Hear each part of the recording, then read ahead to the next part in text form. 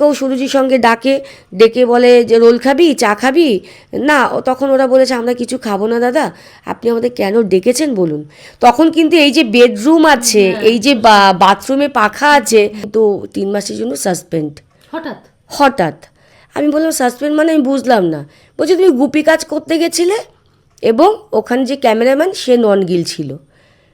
আমি বললাম আচ্ছা, গুপি কাজ বলতে আমি তো বুঝলাম না, কারণ আমি কি ওখানে প্রত্যেকটা গিল্ডের লোক দেখেছি। যে খবরটা আমাকে ও জানালো সেটা হলো যে তুমি কি তোমার মাকে লাভারিস লাশ হিসাবে পোড়াবে।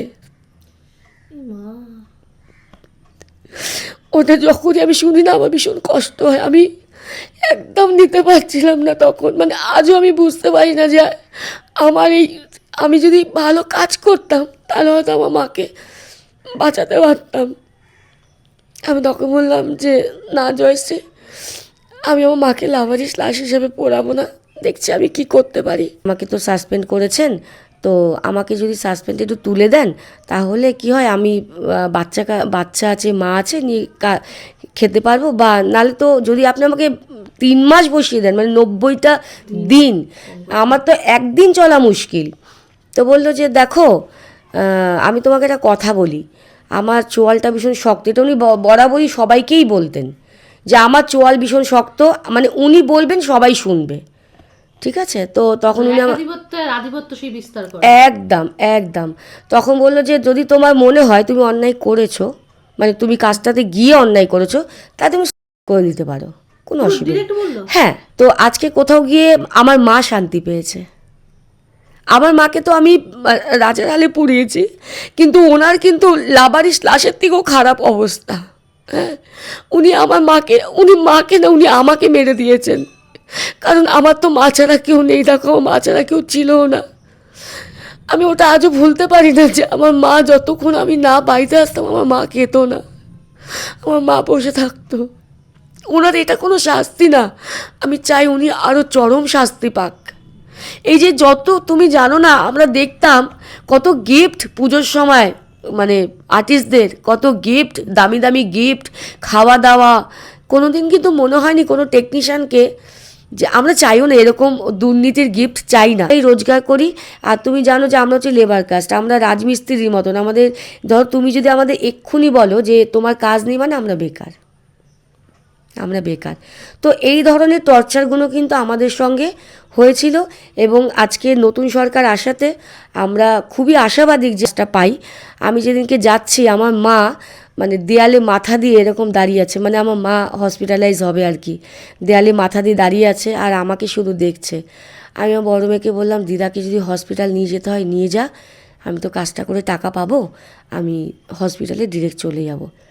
তো ওইটা আমার সাসপেন্ডের পরে প্রথম কাজ, যেখানে আমি 7,000 টাকা পাই এবং আমি টাকাটা নিয়ে পুরোটা নিয়ে হসপিটাল যাই। তোমরা প্রথম থেকেই যখন টেকনিশিয়ানের রুদ্রনীলদা যে বৈঠক করেছিল সেখানে গিয়েও তুমি আওয়াজ তুলেছিলে, এবং কি কি ঘটেছিল তোমার সঙ্গে আমি দিদি একটু শুনবো।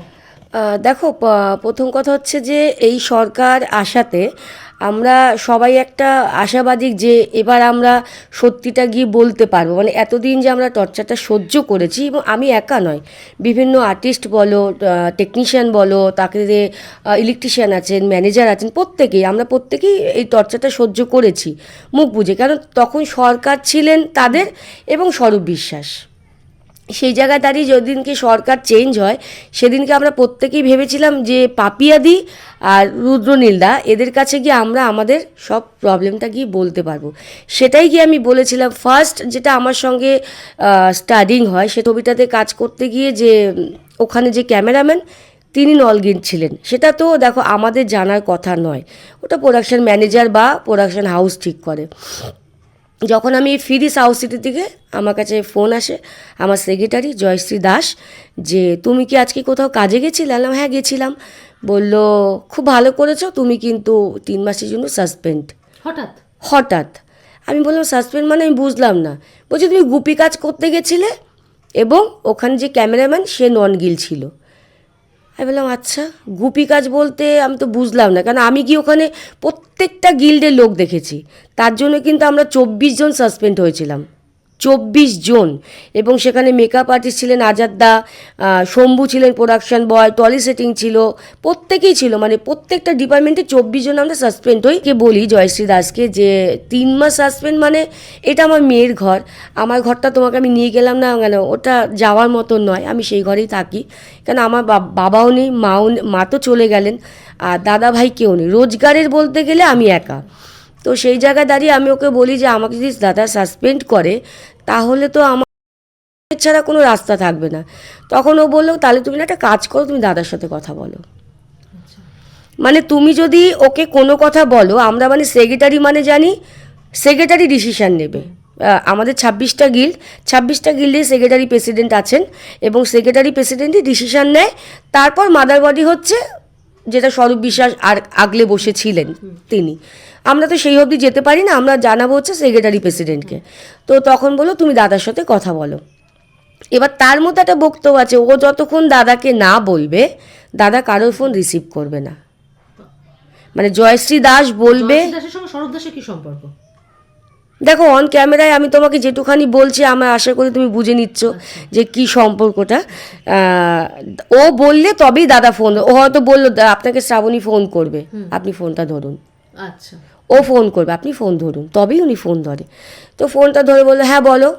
আমি বললাম দাদা আমাকে তো সাসপেন্ড করেছেন, তো আমাকে যদি সাসপেন্ড একটু তুলে দেন তাহলে কি হয়, আমি বাচ্চা আছে, মা আছে, নিয়ে খেতে পারবো, বা নাহলে তো যদি আপনি আমাকে 3 মাস বসিয়ে দেন, মানে 90টা দিন, আমার তো একদিন চলা মুশকিল। তো বললো যে দেখো আমি তোমাকে একটা কথা বলি, আমার চোয়ালটা ভীষণ শক্ত, এটা উনি বরাবরই সবাইকেই বলতেন যে আমার চোয়াল ভীষণ শক্ত, মানে উনি বলবেন সবাই শুনবে, ঠিক আছে। তো তখন উনি আধিপত্য সেই বিস্তার করে। একদম তখন বললো যে যদি তোমার মনে হয় তুমি অন্যায় করেছো, মানে তুমি কাজটাতে গিয়ে অন্যায় করেছো, তা তুমি দিতে পারো, কোনো অসুবিধা। হ্যাঁ, ওনার সাথে এই প্রথমবার আমি এটা শুনি, তুমি নিতে পারো। তো আমি আর ওনার সাথে কোনো কথা বাড়াইনি, মানে কথা বাড়াবার মতন আমার সিদ্ধারাটা হয়তো তখন ছিল না, সত্যি যেটা। তো আমি বললাম ঠিক আছে দাদা রাখছি বলে আমি আবার সেক্রেটারিকে ফোন করি, জয়শ্রী দাস, ওকে ফোন করি যে দাদা না এরম বললো। হ্যাঁ কি বলছো, আমার মেম্বারকে, মানে নাটক, আমার মেম্বারকে মরে যেতে বলছে, দাঁড়াও তো তুমি ফোনটা রাখো তো, রেখে দিল। ঠিক 4 দিন পর আমাকে ফোন করে একটা চিঠি ও লিখেছিল, ওই লিখেছে, আমি কিন্তু লিখিনি। চিঠিটা লিখে আমাকে বলে তুমি না সাইন করে দিও তো, আমি ওনার সাথে কথা বলেছি, ওনার এত বড় সাহস কী করে হয় যে আমার মেম্বার কোন বলছে। চিঠিটাতে লেখা আছে যে তুমি কাজটা গিয়ে অন্যায় করেছো, তুমি দাদার কাছে ক্ষমা চাইছো, তোমাকে আবার দাদা পুরোনো কাজটা। সবাই বলে যে ক্ষমা চাওয়ার একটা ব্যাপার ছিল, মানে সবাইকে নানানভাবে ওনার কাছে ক্ষমা চাইতে হবেন। তো তখন দেখো আমার মনে হয়েছিল যে আমি যদি ক্ষমাও চাই, যদি আমাকে পায়ে ধরেও ক্ষমা চাইতে হয়, আমাকে করতে হবে। ঠিক আছে, আমি সাইনটা করে দিয়েছি। দেওয়ার 10 দিন পর আমি ওকে ফোন করলাম যে আজকে তো প্রায় 1.5 মাস হয়ে গেল, কোনো খবর নেই। এবং তোমাকে আমি বলি দুঃখের বিষয়, আমাকে একটা মানুষ ফোন করে জানেনি যে আমি কেমন আছি বা আমার পরিবার কেমন আছে, কেউ না, কেউ, মানে আমার সংগঠন বলো, আমি টোটালটা বলছি, আমার রিলেটিভ বলো, কেউ জানেনি যে আমি কীরকম আছি বা আমার ফ্যামিলি কীরকম আছে। তো যাই হোক, তখন ও বললো যে হ্যাঁ দেখো না চিঠিটা দিয়ে এলাম, আমাকে কোনো রিপ্লাই দেয়নি। আমার কাছে কিন্তু তাহলে কোনো প্রুফ রইল না যে আমি সাসপেন্ড হয়েছিলাম, কিন্তু ওনার কাছে প্রুফ গেল আমি ভুল করেছি, আমি ওনার কাছে ক্ষমা চেয়েছি। 90 দিন পর সাসপেন্ডটা আমি লোকের থেকে সাহায্য নিয়ে সবাইকে ফোন, মানে সকালবেলা উঠে আমার কাজ ছিল ফেসবুকে কে আমার চেনা জানা আছে, আমি হেল্প চাইবো। অনেকে হয়তো হেল্প করেছে, অনেকে ইগনোর করে চলে গেছে, অনেকে অনেক রকম অফার করেছে, কেন আপনাকে আমি টাকা দেবো, মানে কি রিজনে টাকা দেবো, তুমি বুঝতে পারছো যে কি বলতে চাইছে। তারপরে আমি একটু ওই ভিডিও বানাতাম ইনস্টাতে, তখন একটু অন্য রকমভাবে বানাতাম, তো এরকম অফার এসছে। আমি 90 দিন পর যেদিনকে আমার সাসপেন্ডটা ওঠে, আমি ফার্স্ট আমাকে খেয়ালিদির একটা শো ছিল নন্দনে, সেখানে আমি কাজটা পাই। আমি যেদিনকে যাচ্ছি আমার মা মানে দেয়ালে মাথা দিয়ে এরকম দাঁড়িয়ে আছে, মানে আমার মা হসপিটালাইজ হবে আর কি, দেয়ালে মাথা দিয়ে দাঁড়িয়ে আছে আর আমাকে শুধু দেখছে। আমি আমার বড় মেয়েকে বললাম দিদাকে যদি হসপিটাল নিয়ে যেতে হয় নিয়ে যা, আমি তো কাজটা করে টাকা পাবো, আমি হসপিটালে ডিরেক্ট চলে যাব। তো ওইটা আমার সাসপেন্ডের পরে প্রথম কাজ, যেখানে আমি 7,000 টাকা পাই, এবং আমি টাকাটা নিয়ে পুরোটা নিয়ে হসপিটাল যাই। হসপিটালে গিয়ে আমার মা 3 দিন থাকে, 3 দিন পর আবার মাকে আমি বাড়ি নিয়ে আসি। ডাক্তারবাবু বলেন যে এখন আপনারা বাড়িতে নিয়ে রাখুন, কিন্তু যখন তখন কিছু না কিছু একটা হতে পারে, কেন আমার মায়ের হার্টে একটা ফুটো ছিল, সেটা অপারেশন করা যায়নি, কারণ আমার মা সুগার পেশেন্ট। তো আবার 3 দিন পর আবার মাকে ভর্তি করি। এই চলছে, কিন্তু এই টানা হেঁচড়ার মধ্যে দিয়েই চলছে। তার ফলে কী হলো, আমার মায়ের বেডসুল হয়ে গেল। বেডসুল হয়ে গেল, তারপরেও মাকে বাড়িতে নিয়ে আসি। বাড়িতে নিয়ে আসার পর যেদিনকে আমি আবার একটা কাজ পাই, ঋতুদির কাজ, ঋতুদির ছবির কাজ, সেখানে আমি যাই। সেই দিন আমার মায়ের বুধবার, আমার মনে আছে, বৃহস্পতিবার, আমার মায়ের সেদিনকেই মানে মা চলে গেলেন বৃহস্পতিবার দিন। তো আমি ওখানে বসে কাজ করছি, সারাটা দিন তো মন ভালো লাগছে না।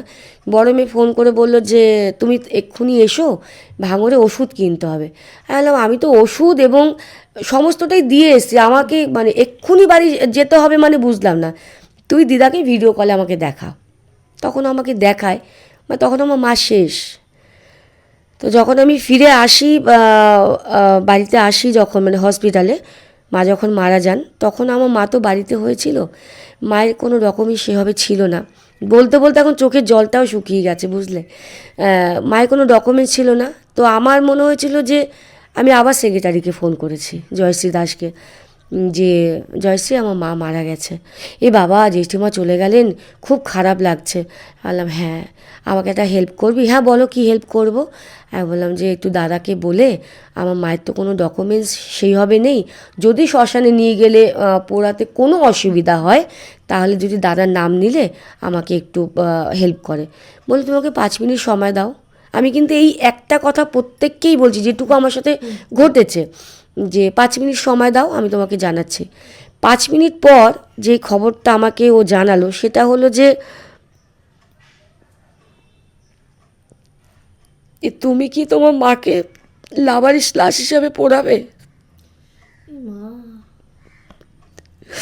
ওটা যখনই আমি শুনি না, আমার ভীষণ কষ্ট হয়। আমি একদম নিতে পারছিলাম না তখন, মানে আজও আমি বুঝতে পারি না যে আমার এই, আমি যদি ভালো কাজ করতাম তাহলে হয়তো আমার মাকে বাঁচাতে পারতাম। আমি তখন বললাম যে না জয়শ্রী, আমি আমার মাকে লাভারিস লাশ হিসেবে পোড়াবো না, দেখছি আমি কি করতে পারি। এত বড় অন্যায় বাবা কি করে করতে পারে? তো আমি তারপরে হসপিটাল থেকে আমি আমার পাড়াতে ফোন করি। পাড়াতে ফোন করাতে ওরা বলল যে কাউন্সিলর সাইন দিতে চাইছে না। কাউন্সিলর সাইন দিতে চাইছে না যে তুমি এখানে নাগরিক বা তোমার মা এখানে নাগরিক, এরকম কোনো সাইন কাউন্সিলর দিতে চাইছে না।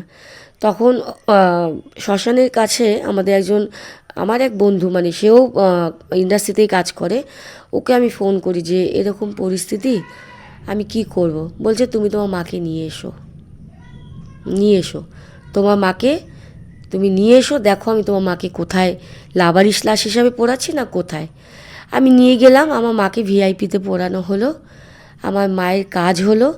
কিন্তু ওই দিনটা যে লাভারিস লাশ, হয়তো ধরো একে যদি ফোন করেছিলাম, ও যদি বলতো যে আমি কিছু করতে পারবো না, হয়তো আমাকে তাই করতে হতো, সেটাই হয়তো আমাকে করতে হতো। না ভালো মানুষদের সঙ্গে সবসময় ভগবান থাকে। তো এই টর্চারগুলো বিভিন্ন, মানে তারপরে বলা হলো যে ওদেরকে কাজ দেবে না, ওরা গুপি কাজ করতে গেছিলো, মানে এদের এই 24 জনকে কাজ দেবে না, ম্যানেজারদেরকে বলেছিল যে এদেরকে মৌখিক, যে এদেরকে কাজ দেবে, যেটা রুদ্রনীলদার নামে করা হয়েছিল যে উনি ব্যান্ড, ওনাকে নিয়ে কোথাও কাজ করা যাবে না। সেমনি আমাদের বেলাও বলা হয়েছিল যে এদেরকে নিয়ে কোথাও কাজ করবে না। এবার দেখো প্রত্যেকেরই ফ্যামিলি আছে, প্রত্যেকে ফ্যামিলিকে বাঁচাতে চাইবে। কেন আজকে যেই জায়গাটায় আমি, সেই জায়গাটায় প্রত্যেকটা টেকনিশিয়ান, তারাও তখন তার চাপে পড়ে এটাই করেছিল। আমি তো তাদের দোষ দিতে পারছি না যে ওরা কেন এটা করলো, ওদেরকে তো বলা হয়েছে, না তো ওরাও বিপদে পড়তো, তো কাজ পেতাম না হয়তো। এবং এরা বলছে এখন যে দিদি যখন তোমাদের নাম যেত ফেডারেশনে, পারমিশন যেত, উনি বলতেন এদেরকে হোল্ড করাও। এবং আমার জয়শ্রী দাস যে আমাদের সেক্রেটারি, সে লিস্ট করে দিয়েছিল কারা কারা কাজ করতে পারবে না। তার মধ্যে আমি আছি, চন্দ্রা মিত্র আছে, তনুশ্রী দাস আছে। তনুশ্রী দাস ওই এই সেক্রেটারি এই সংগঠনের নামে, মানে আমাদের যে কমিটি 11 জনে, ওদের নামে কেস করেছিল এই সেম কাজ দেওয়া নিয়ে। ওদেরকেও কাজ দিত না। মানে কোনো মানে তারপরে ঘটনাটা কি হলো? কাজ দিত না, এইভাবে চলতে পারে নাকি কখনো? এইভাবেই চলছিলাম আমরা এইভাবেই চলছিলাম। তনুশ্রী দাসের সাহসের আমি সত্যি প্রশংসা করি। ও কিন্তু কেস করেছিল, কেসটা করেও কিন্তু ও কোনো সুহারা পেল না। কারণ হলো ওকে বিভিন্ন রকম যেইভাবে টর্চার করা হচ্ছিল, কাজ না দেওয়া, ওকে গ্রুপ থেকে বের করে দেওয়া, ওকে ওর সাথে কেউ কথা বলতে পারবে না, এই ধরনের টর্চার। ওকে সুরুজির সঙ্গে ডাকা হয়, সুরুজির সঙ্গে ডেকে বলা হয় তোমার কেসটা তুলে নাও। সেটা বলে আমাদের সেক্রেটারি, আমাদের ট্রেজারার সীমা ঘোষ। সীমা ঘোষ হচ্ছেন একদম মানে আমাদের যে সেক্রেটারি সে তো আছেই, এই সীমা ঘোষের যে কুকীর্তি, সীমা ঘোষের কুকীর্তি তখন হয়তো তৃণমূল ছিল বলে এই সীমা ঘোষ বেঁচে গেছে। এর ভীষণ বড় ভূমিকা, সেক্রেটারি তো আছেই, এই সীমা ঘোষের একটা ভীষণ বড় ভূমিকা আছে। তো যাই হোক, ওদেরকেও সুরুজির সঙ্গে ডেকে বলে যে রোল খাবি, চা খাবি না। তখন ওরা বলেছে আমরা কিছু খাবো না দাদা, আপনি আমাদের কেন ডেকেছেন বলুন। তখন কিন্তু এই যে বেডরুম আছে, এই যে বাথরুমে পাখা আছে, আমি ওদেরকে জিজ্ঞেস করলাম যে তোরা কি ওই ঘরে গিয়েই বসেছিলি? বলছে না না না না, আমরা পৌঁছাতেই পারিনি ওই অবধি, যে মানে সামনে ঢুকতে যে চেয়ার টিয়ার রাখা, ওরা ওখানটা ছিল। তো ওদেরকে ডেকে বলা হয়েছে কেস তুলে নাও, নাহলে তোমাদের বিপদ আছে, মানে হুমকি। তখন ওরা কেসটা তুলতে বাধ্য হয় এবং একটা ফেডারেশনের যে অফিস, সেখানে বসে ওদেরকে নিয়ে একটা ভিডিও করা হয়, যেখানে ওরা বলে যে তনু বলে যে আমার কোনো অভিযোগ নেই, আমি কেসটা তুলে নিলাম। হ্যাঁ, এটা তনু বলেছে। চন্দা সীমা ঘোষের পাশে মোবাইল দেখে দেখে বলছে, মানে সীমা ঘোষ ট্রেজারার আর আমাদের সেক্রেটারি যেটা লিখে দিয়েছে সেটাই ওদেরকে বলতে হয়েছে। কারণ তখন চন্দার মাও অসুস্থ ছিল, চন্দার মাও মারা গেছেন, চন্দাও ট্রিটমেন্ট করাতে পারিনি ওর মাকে। কেন আমরা প্রত্যেকেই না, আমাদের তো হাজব্যান্ড নেই, আমরা প্রত্যেকেই নিজেরাই রোজগার করি। আর তুমি জানো যে আমরা হচ্ছে লেবার কাস্ট, আমরা রাজমিস্ত্রির মতন। আমাদের ধরো তুমি যদি আমাদের এক্ষুনি বলো যে তোমার কাজ নেই, মানে আমরা বেকার। তো এই ধরনের টর্চারগুলো কিন্তু আমাদের সঙ্গে হয়েছিল। এবং আজকে নতুন সরকার আসাতে আমরা খুবই আশাবাদী, নিজেদের মধ্যে একটা আলোচনা করে আমরা মুখ্যমন্ত্রীর কাছে যাব এবং পাপিয়াদির কাছে যাব, এটাই আমরা আলোচনা করতে গেছিলাম। সেখান থেকে তোমরা সবাই দেখেছো যে কীভাবে টর্চার আমাদের উপরে, যেভাবে ডিম ইট ছুঁড়ে আমাদেরকে বলা হচ্ছে আমরা দুষ্কৃতী, আমরা স্বরূপ বিশ্বাসের লোক। আমরা যদি স্বরূপ বিশ্বাসের লোকই হব, আমরা কারোর লোক না, আমরা স্বরূপ বিশ্বাসের লোক না। আমরা যখন সিপিএম ছিল সিপিএমেরও লোক না, আমরা বিজেপি এসছে বিজেপিরও আমরা কিন্তু কারোর লোক। কিন্তু যেই সরকার আসে আমরা তাদেরকে রেসপেক্ট করি, কারণ আমরা লেবার, আমরা কাজ করে খাই। আমাদের কোনো রাজনৈতিক কোনো নিয়ে আমরা এগোই না, আমরা কাজ চাই, সুষ্ঠুভাবে কাজ করতে চাই এবং যেই সরকারই আসুক তাদেরকে আমরা রেসপেক্ট করি। বিশ্বাস তো গ্রেপ্তার হলো ফাইনালি, এটা তো কোথাও গিয়ে একটু স্বস্তি বোধ হয়। দেখো মানে পাপের বলে না, যে আমি এতদিন শুনেছিলাম যে কর্ম কেউ দেখা করতে না আসুক, কর্ম দেখা করতে আসে। তো আজকে কোথাও গিয়ে আমার মা শান্তি পেয়েছে। আমার মাকে তো আমি রাজার হালে পুড়িয়েছি, কিন্তু ওনার কিন্তু লাবারিশ লাশের থেকেও খারাপ অবস্থা। হ্যাঁ, উনি মাকে না, উনি আমাকে মেরে দিয়েছেন। কারণ আমার তো মা ছাড়া কেউ নেই, দেখো মা ছাড়া কেউ ছিলও না। আমি ওটা আজও ভুলতে পারি না যে আমার মা যতক্ষণ আমি না বাড়িতে আসতাম, আমার মা খেত না, আমার মা বসে থাকতো। ওনার এটা কোনো শাস্তি না, আমি চাই উনি আরও চরম শাস্তি পাক। এই যে তুমি জানো না, আমরা দেখতাম কত গিফট পুজোর সময়, মানে আর্টিস্টদের কত গিফট, দামি দামি গিফট, খাওয়া দাওয়া। কোনো দিন কিন্তু মনে হয়নি কোনো টেকনিশিয়ানকে যে আমরা চাইও না এরকম দুর্নীতির গিফট চাই না। আমরা ভালো আছে, আমাদের এই জামা প্যান্টগুলোই ভালো, 200 টাকা 150 টাকা, আমরা এতেই খুশি, আমরা চাই না। কিন্তু আমরা চোখের সামনে এগুলো দেখেছি। আজকেও তো তাদের খারাপ লাগছে আমরা স্বরূপদার নামে বলছি, কিন্তু তারা কোনদিন জিজ্ঞেস করেনি এসে যে তোমরা কেমন আছো, তোমরা কি করছো। বা এই যে ঘটনাটা ঘটলো, আমরা কিন্তু সবসময় বলি যে আর্টিস্ট আমরা ফেডারেশন মাদার বলি না, আর্টিস্ট আমাদের বাবা মা। তারা কিন্তু কেউ একবারও খোঁজ নেয়নি যে এই যে আমাদের দুষ্কৃতী বলছে আমরা কোথায় আছি, আমরা কেমন আছি। খুব কষ্ট হয় জানো তো। আমাদের মুখ্যমন্ত্রী একমাত্র ভরসা আমাদের পাপিয়াদি, একমাত্র ভরসা আমাদের রুদ্রনীলদা। আমরা কিন্তু ওনাদের মুখ চেয়ে বসে আছি।